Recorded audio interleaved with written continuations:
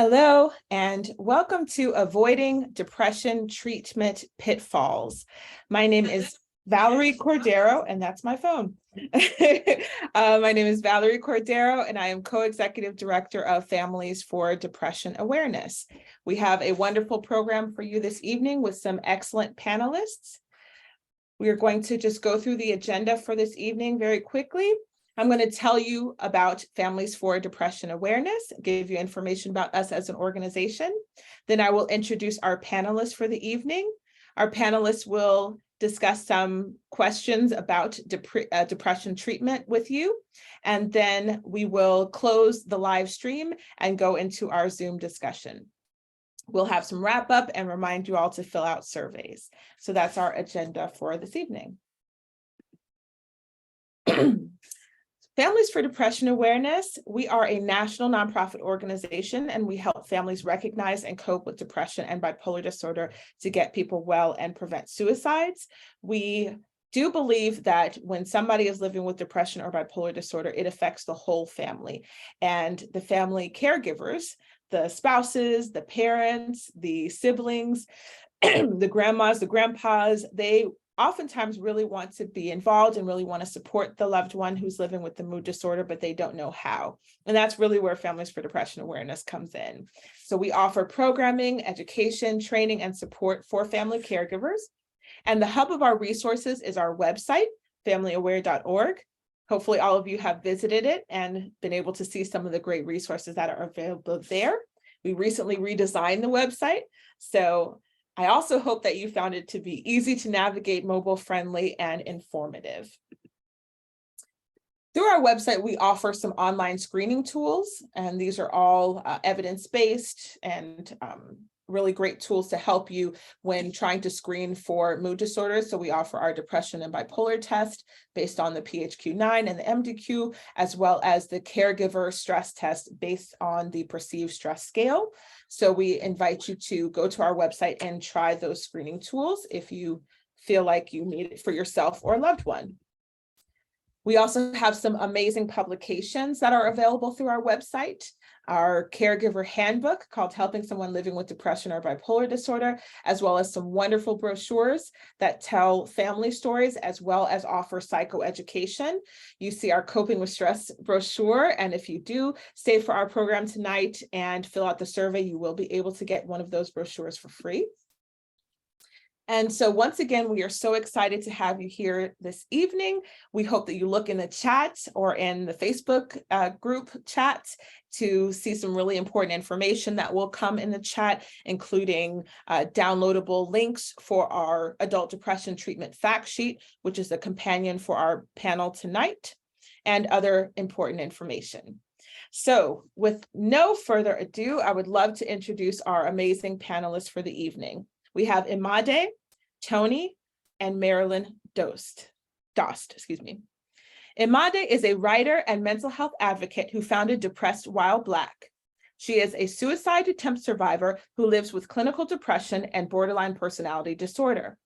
Depressed While Black has grown into an online community and a 501c3 nonprofit that donates Black affirming personal care items to psychiatric patients and connects people to Black therapists.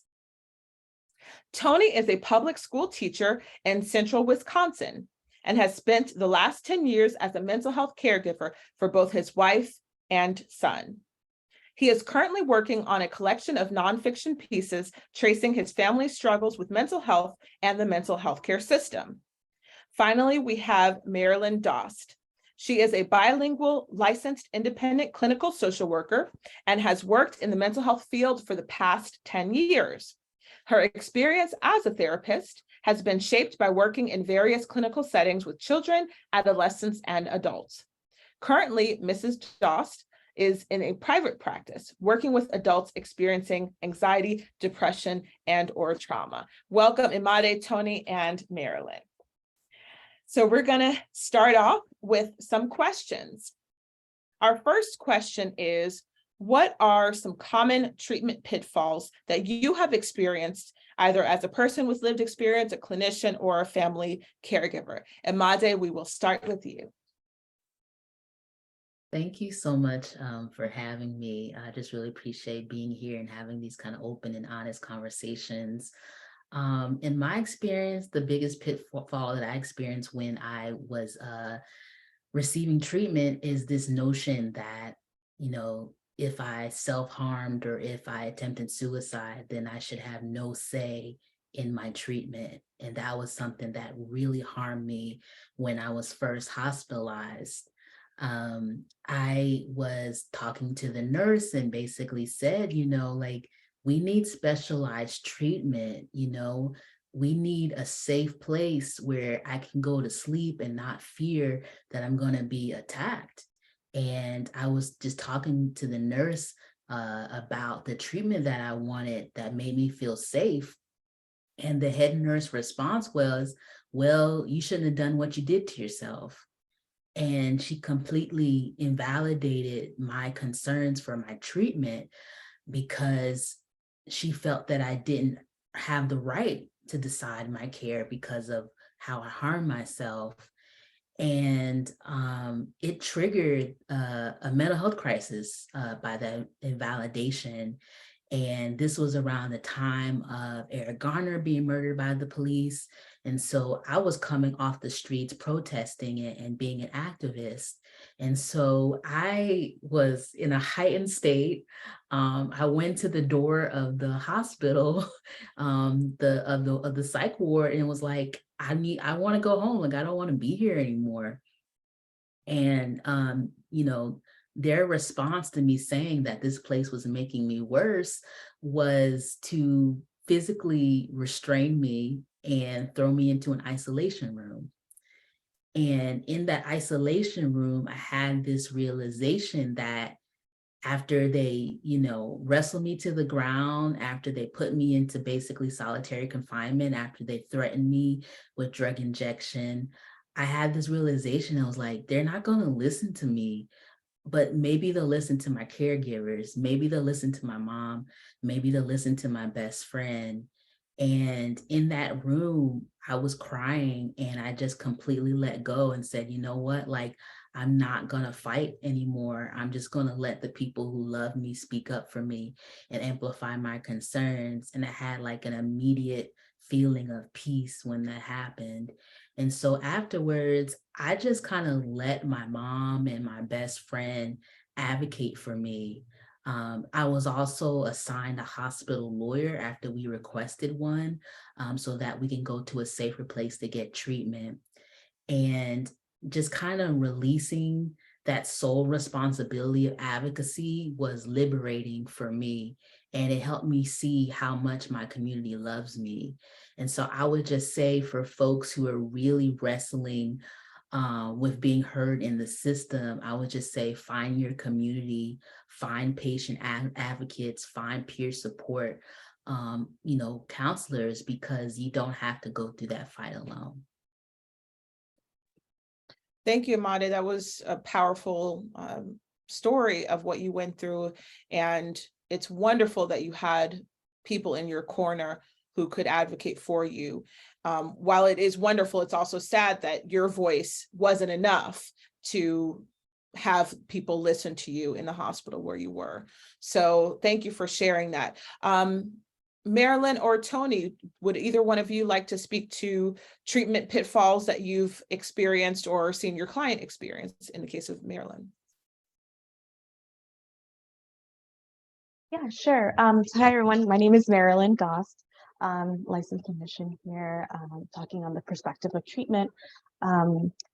A lot of the problems that I'm seeing on my end, to the point of Nada's, are systemic, right? So we have a lot of people with a lot of need, not a lot of providers who are open or don't have long wait lists. Sometimes it's about the fit as well of providers. Sometimes, you know, wanting to see a certain type of provider. Let's say, like for me, right, I'm a bilingual therapist, so someone might be looking for someone who has a lived experience, maybe like Latina or bilingual, or someone who's Black, and there just are not enough providers out there, and so there are these huge wait lists. And also there are other problems around insurance, whether or not clinicians take insurance or whether the insurance themselves think it's medically necessary to be to have therapy, right? So as a therapist, I have a lot of frustrations around like having to diagnose, right? Right now we live in a state where there's a crisis happening daily, right? Like there's a trauma that we've all gone through around COVID, and to say that someone needs like a diagnosis to be able to get the treatment they need to is always really frustrating. So yeah. Thank you for that, Marilyn. Tony, anything to add? You've been a caregiver, as I read in your bio, to your wife and your son, and I'm sure you've seen a lot in that time. Would you add anything to what you've seen and pitfalls to addressing mood disorders? Yeah, I mean, kind of following up on what Amadi was saying is, and a number of times when my wife was hospitalized, and you know, it's a little bit difficult with her because many times she was very delusional, but there were so many times when she wasn't, that she couldn't, I mean, they just wouldn't see her and they wouldn't listen to her. And it was so important when I was able to be there. And I mean, on the one end, you know, you can understand why they have to, you know, not, I guess, put stock in everything, but I just felt like there was some way they could have been more responsive to her without me having to be there, I guess. And I know it's a really difficult situation for everyone. I mean, there was one particular doctor who she had told her, the doctor, various problems she was having with the medication they were trying to give her when she was hospitalized. And until I went and said the exact same thing, there was no response. And I mean, I was literally saying the same things, and there was things they had to have observed because I observed them. And it was really, I mean, it was really disheartening. And, you know, I mean, it's gonna sound like a lot of times I'm bashing staff or people who work in this, but it's definitely not all people. And I know it's a really hard situation. And I think I don't know, if and it kind of goes with the other thing I wanted to mention, like a pitfall is trying to get people even to listen to me. There was one case where my wife she would go into these semi-catatonic states, and she was in our bedroom, which happened to be upstairs. And I had eventually to call the EMTs, and we worked through it, and we got her out and got her into the ambulance and off to the hospital. And even though I had told all the responders what was going on and her mental health history, on the way out, the one EMT's comment was like, "Oh, if you know she's got these physical problems, you need to move her, you know, her bedroom to the first floor." And I was like, "That you know, that's not the issue. You know, the issue is nothing to do with that." And so it's just, I think it's frustrating as a caregiver to not be heard, even when you feel like you're clearly expressing things. And it's a really big issue that I'm unsure how to, you know, aside from, you know, keeping at it, I'm not sure what the answer is. One thing I want to add, thank you, Tony. One thing I want to add to the conversation, and you touched on it a little bit, Marilyn, and when you talked about insurance, is there is such a pitfall with paying for care, and people can fall into that pit in any number of ways. Either they don't have any insurance at all, and maybe they're on public insurance, and so they are limited to the providers that they can see. Or maybe they have insurance, but it only covers the bare minimum of mental health care treatment, and they're supposed to come out of pocket for all the rest, and that can add up really quickly. Or maybe they have good insurance, but if somebody's hospitalized after a certain number of days, that's it, they have to leave. And finding a way around any of those issues can be really complicated. And oftentimes it is the family members also who are pitching in financially to cover some of that. And that can affect those dynamics. It's really difficult to navigate around paying for everything. And then you have hospital, sometimes there's other kinds of treatment that you have, there are professionals that you see, and all of it costs. So Can I add something? Yeah, yeah. Not only that, but the system is just really difficult to understand, right? And sometimes, like even I will look at someone's insurance, and I have no idea what they're covered for, right? And if me being like knowing in some areas of mental health, like how can someone else who's in the middle of a crisis trying to find a therapist be able to navigate some of these things, right? And so to the point, Mari and like Tony, like having a community to help you be able to navigate even that piece, logistical pieces, is really important as well. I agree. And we've kind of touched a little bit on question number 2, but let's go at it a little bit more pointed. What, excuse me, what advice do you have for caregivers who want to avoid the treatment issues that we mentioned? Maybe some of them are unavoidable, but maybe how do you prepare? Maybe that's a better way of looking at it. How do you prepare for these treatment pitfalls, these barriers that we've just discussed? And we will start with Tony, please. The first thing I'd like to say, and by the way, I never said hi, everybody. Thank you for being here. And I appreciate, listening. I don't know if this is kind of around the question to start with, but one thing that was super important that I finally did for myself is give myself permission to feel like I don't know what I'm doing and feel like it's okay that this decision I made with all the available evidence I had was wrong. And I'm just doing the best I can in a situation that no one can train you for it. No one can give you advice for.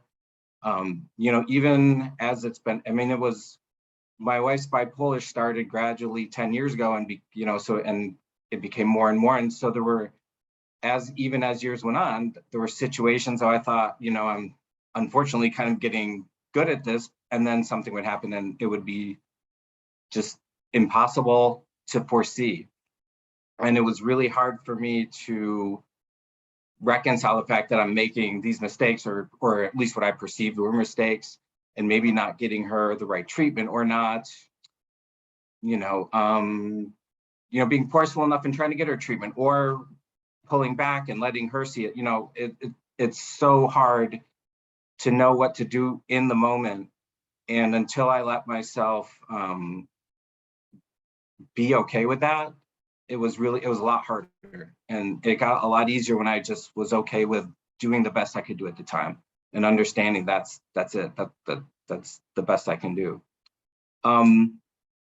One concrete thing that I wish I had done sooner is really look for community resources.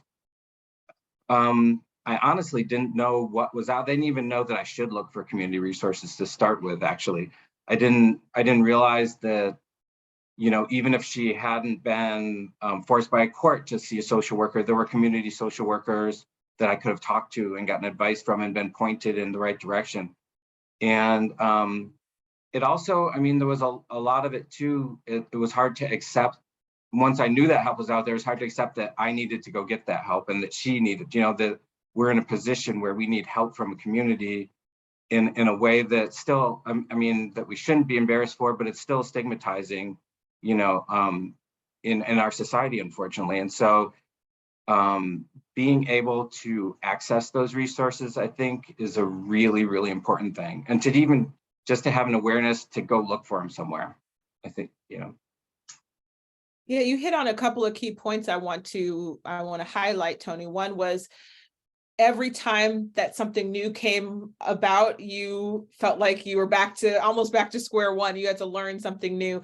But I think the key takeaway from that is knowing and accepting that it's a constant learning process, and that as you engage with new systems, new providers, new challenges, you're going to have to adapt and change and talk and learn more, and that it's just an ever-going process. So I think having that expectation going in and knowing that you're never truly starting back at zero. You never really start back at zero. You're always bringing that knowledge you have with you and those tools and skills that you've learned with you. I think that's really important for caregivers to know.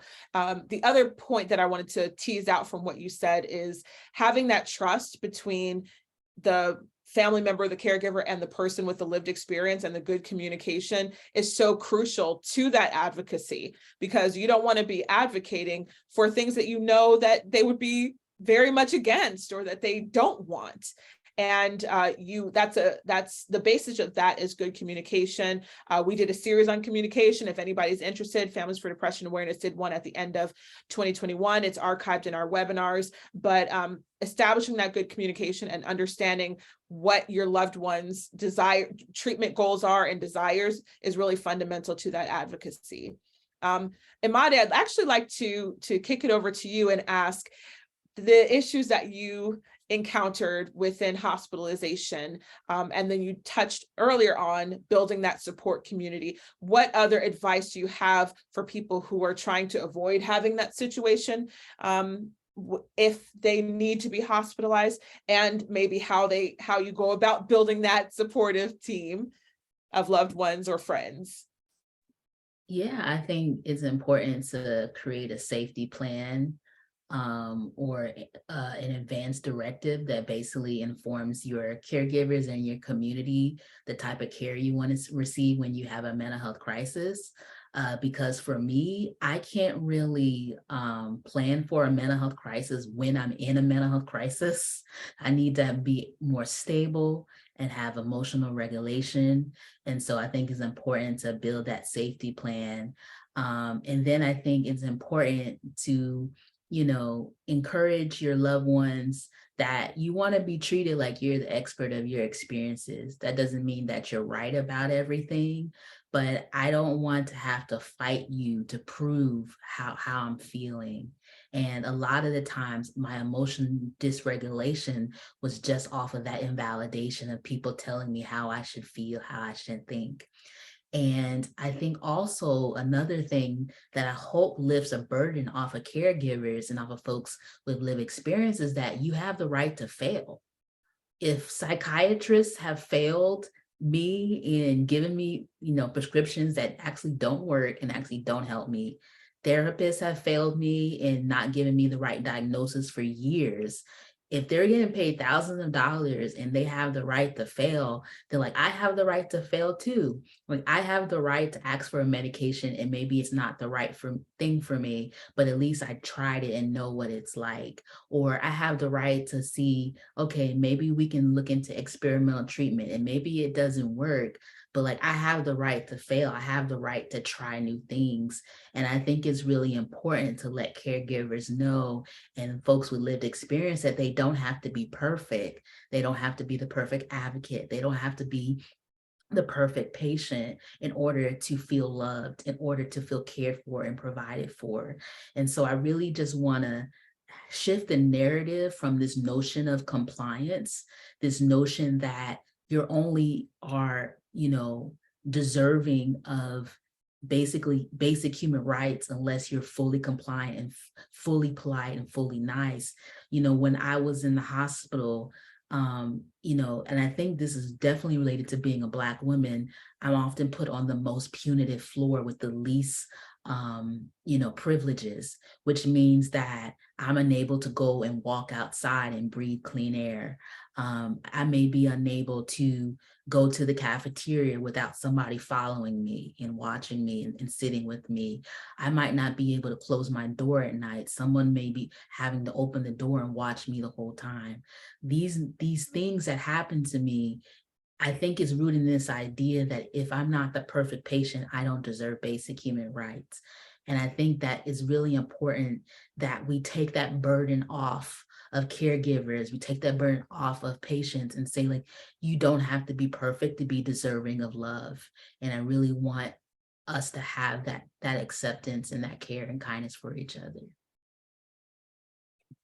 That was so awesome. And I'm not even going to restate what you said because you said it so perfectly. Thank you, Imade, for that. Anything to add, Marilyn, before we move on? You mentioned the barriers to care around finding culturally responsive care or culturally appropriate care, getting providers who maybe you can identify with or who can best serve your needs. How do you get around that if you live in, a rural area, or you live in a population that doesn't match your background, and that's what you're looking for in a provider. How do you get around that? Because that's where I think crowdsourcing is important. So one of the things that I've seen and has been, obviously we're in this virtual world, has been things like TikTok, things like Reddit, these things that, people have mixed opinions on, but has made it so that people don't feel lonely. Because they're like, I have experienced this, or I have experienced that, and this is how I got treatment. This is what I saw was difficult. So I think that there's a place where whatever resource is available to you to tap into and start asking. So if you have, if you're looking for a particular provider to help you with a particular problem, asking around, like if you feel comfortable with your family members or friends, if they know anybody, right? The internet now just provides us with so much information at our fingertips, and that's one way that we can use it to our advantage. So there's that piece. There are a lot of directories right now as well that are specific, for different types of populations or marginalized populations as well, things like that. I live in Massachusetts, right? So like I'm aware of like an Excel spreadsheet, right? Where it's like Boston collisions of color, right? And we're all listed on there.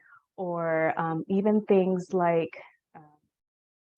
Cambridge has a program that helps people who are mental crisis, have connection with someone in the community without having to hospitalize them or having to call 911, because that in itself can be a triggering event for someone as well.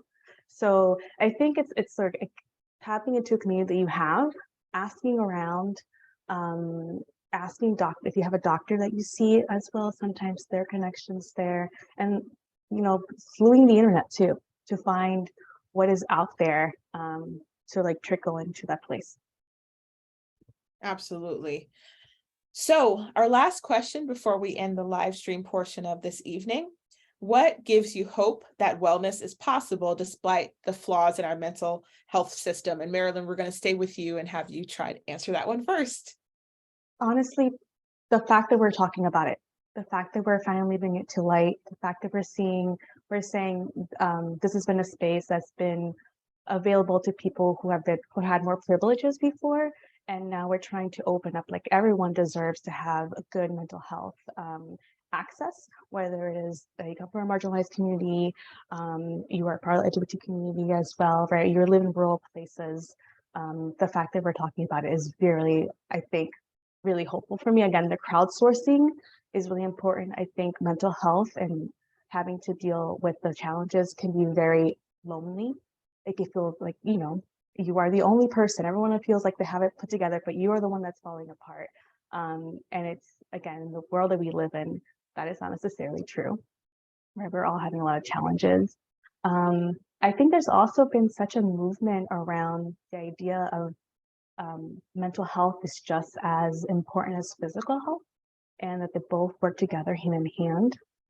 So I think they're seeing more and more therapies as well that are more body-based and less like thinking-based, because we hold a lot of stress and stuff in our bodies as well.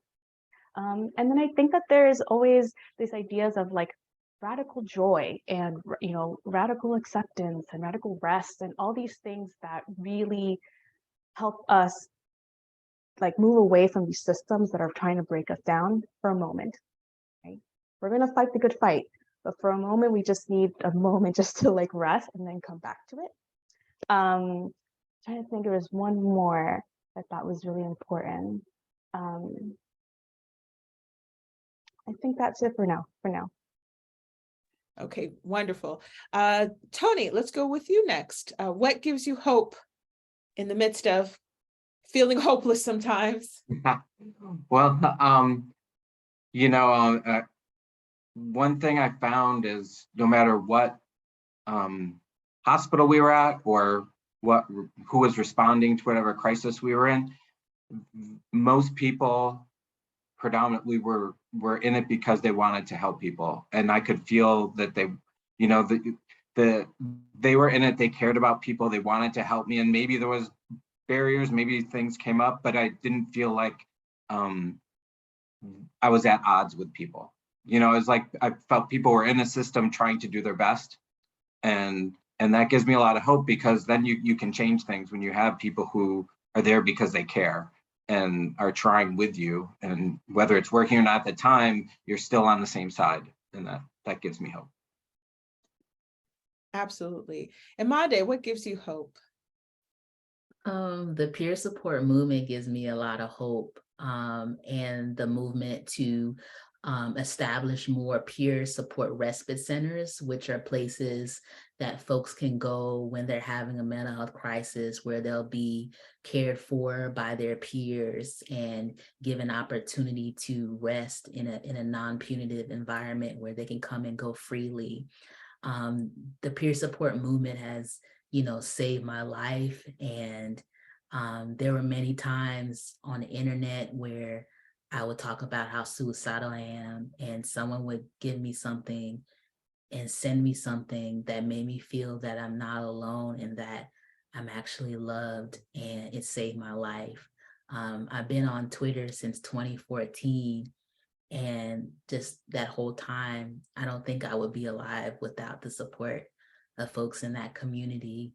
And so I'm low-key grieving Twitter right now, but the peer support community has given me a language to talk about my oppression, but also a language for resistance. And I'm also really encouraged by clinicians who are starting to disclose their mental health challenges as well. My therapist disclosed her mental health challenges to me, and it was one of the most powerful experiences I ever had, because we had a shared understanding that I didn't even know.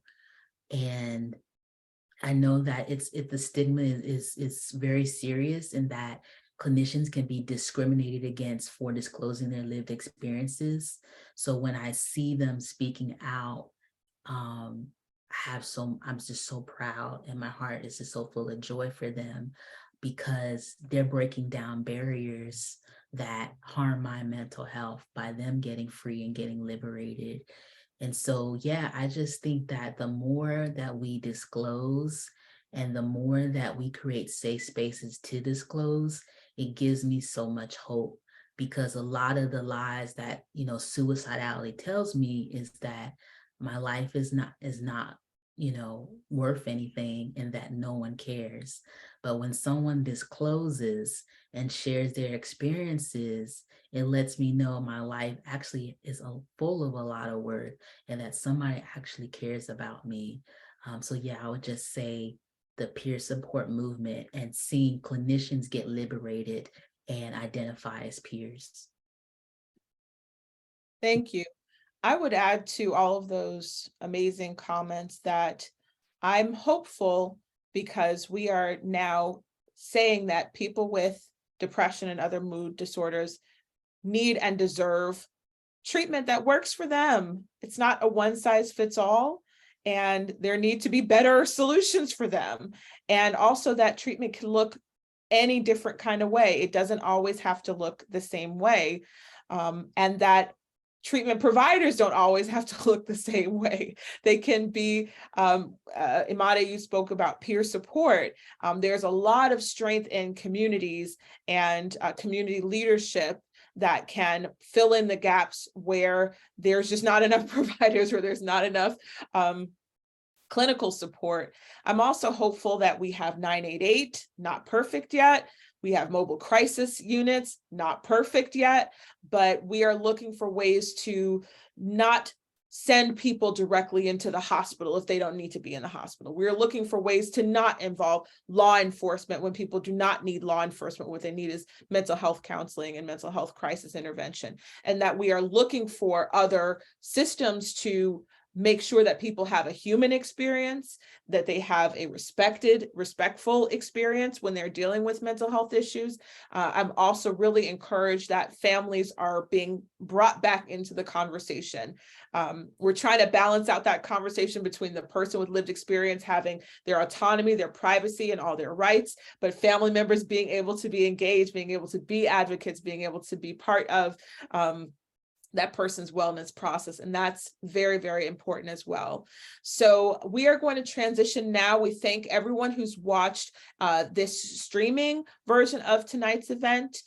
Invite everyone who's in the Zoom room to stay on. We are going to have a discussion amongst all of us still here. But if you are leaving us at this point because you're watching us on Facebook or YouTube, please do take our survey. It should be put in the chat. And if you take the survey to evaluate our panel tonight, you will receive a free copy of our Coping with Stress brochure. So our live stream is going to be ending soon. Thank you to all of those who supported this project, Takeda Limbic Alliance, Sage Therapeutics, GeneSight, Alchemist Pear Therapeutics, Janssen Neuroscience, Massachusetts Department of Public Health, and all of our individual and family supporters. We have a lot of wonderful individual donors and family support donors who want to make sure that programming like this exists for anyone who needs it. So thank you to all of them.